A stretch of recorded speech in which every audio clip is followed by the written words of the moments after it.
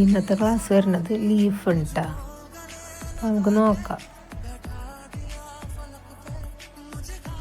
ആദ്യത്തെ ലീഫ് അതിന് നമുക്ക് ലീഫിൻ്റെ മോഡലായിട്ടൊരു ബോർഡർ കൊടുക്കാം. എന്നിട്ട് അതിൻ്റെ ഉള്ളിൽ നിന്ന് ഒരു ലൈൻ കൊടുക്കാം. എന്നിട്ട് അതൊന്ന് തിക്ക് ചെയ്ത് കൊടുക്കാം. ഇത്രേ ഉള്ളൂ ആദ്യത്തെ ലീഫ് ഇട്ടാ.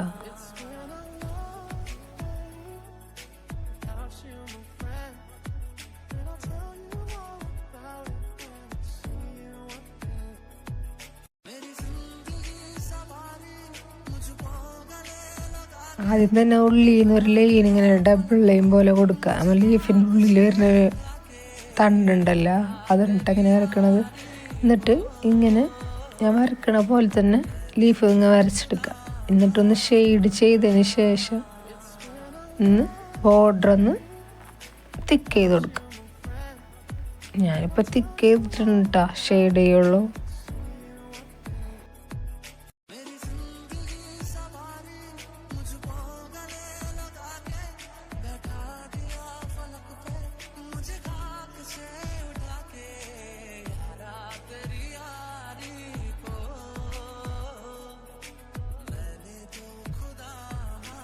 ആദ്യം തന്നെ ബോർഡർ വരക്കുക.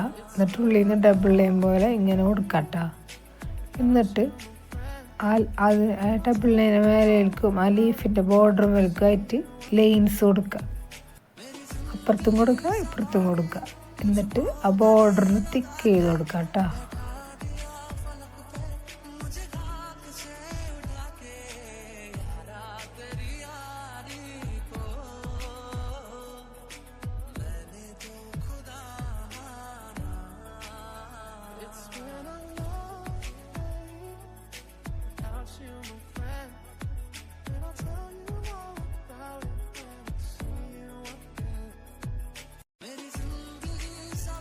അടുത്തൊരു 3 ലീഫ്സ് ഒന്നിച്ച് നിൽക്കുന്നതാണ്.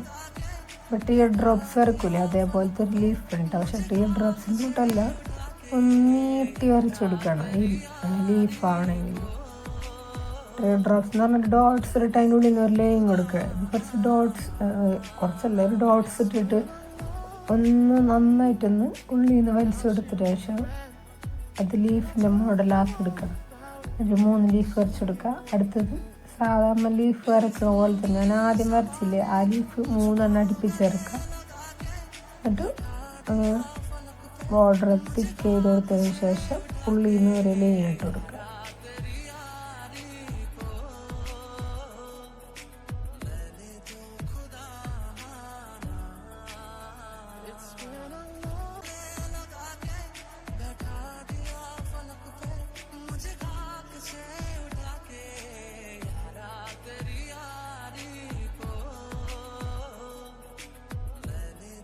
അടുത്ത് നോക്കണത് ഒന്നിങ്ങനെ ഡബിൾ ലൈൻ പോലെ ഇങ്ങനെ ഞാനിപ്പോൾ വരച്ചപ്പോൾ തന്നെ വരക്കുക. എന്നിട്ട് ഒന്നുകൂടി ഞാൻ കാണിക്കില്ല, അതേപോലെ തന്നെ വരച്ചിട്ട് നമ്മൾ ലീഫിൻ്റെ മോഡൽ വരച്ചെടുക്കുക. ഇങ്ങനെ ഉണ്ടാകുന്നത്. അത് നന്നായിട്ട് ആ വീഡിയോ കണ്ടു കഴിഞ്ഞാൽ മനസ്സിലാവും.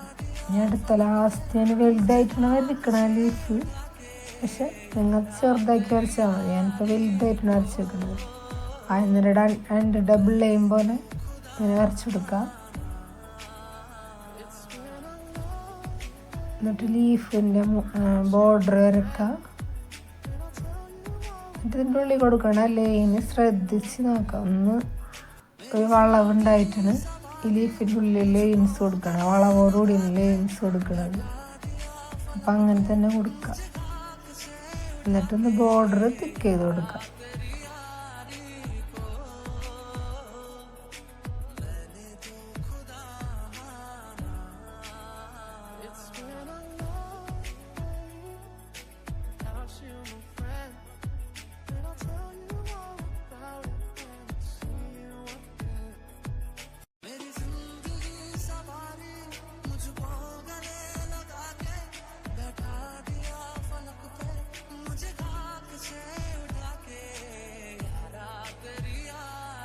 ബോർഡറും തിക്ക് ചെയ്ത് കൊടുത്തിട്ടുണ്ട്. ഉള്ളിലത്തെ ഒരു ലൈൻസും തിക്ക് ചെയ്ത് കൊടുത്തിട്ടുണ്ട്.